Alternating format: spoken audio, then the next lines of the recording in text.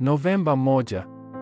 Jumamosi, mwaka wa 2025, mnyweshaji mkuu aliyemsahau Yusufu, Mwanzo 40:23. Lakini mkuu wa wanyweshaji hakumkumbuka Yusufu, alimsahau. Yusufu alifungwa gerezani ingawa hakufanya kosa lolote.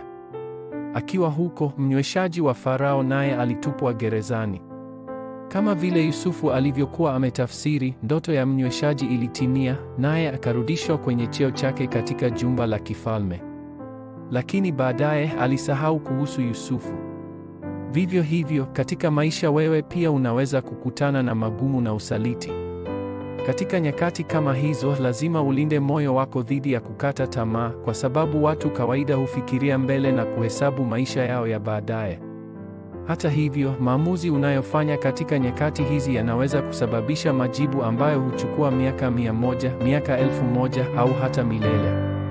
Kwa kweli, Mungu ndiye aliyemruhusu mnyweshaji amsahau Yusufu. Yusufu alipofikisha umri wa miaka 30, umri wa kutosha kuwa waziri mkuu, Farao alimuita. Kwa hivyo, wewe mtoto wa Mungu, uliyeitwa kufanya uinjilisti wa ulimwengu, unapaswa kuona nini katika nyakati kama hizi?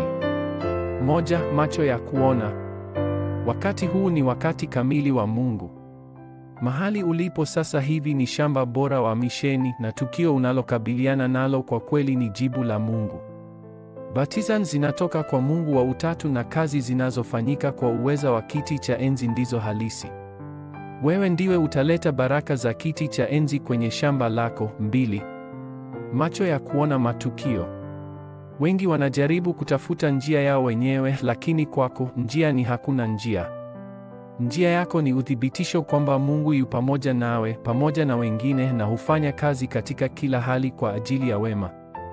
Ndiyo maana safari yako imewekwa alama na misingi 10, siri 10, mitiririko 9, uhakikisho 5, jibu la maisha yote, na kambi ya kiti cha enzi 3. Macho ya kuona lengo. Badala ya kutegemea watu, ni lazima ungojee na utafute tu mpango kamili wa Mungu.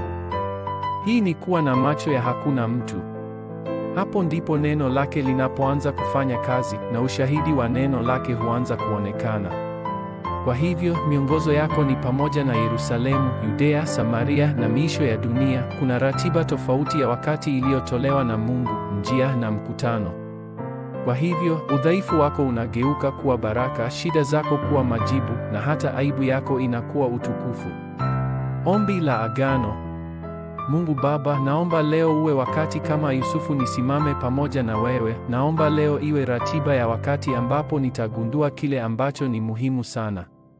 Katika jina la Yesu Kristo ninaomba. Amen.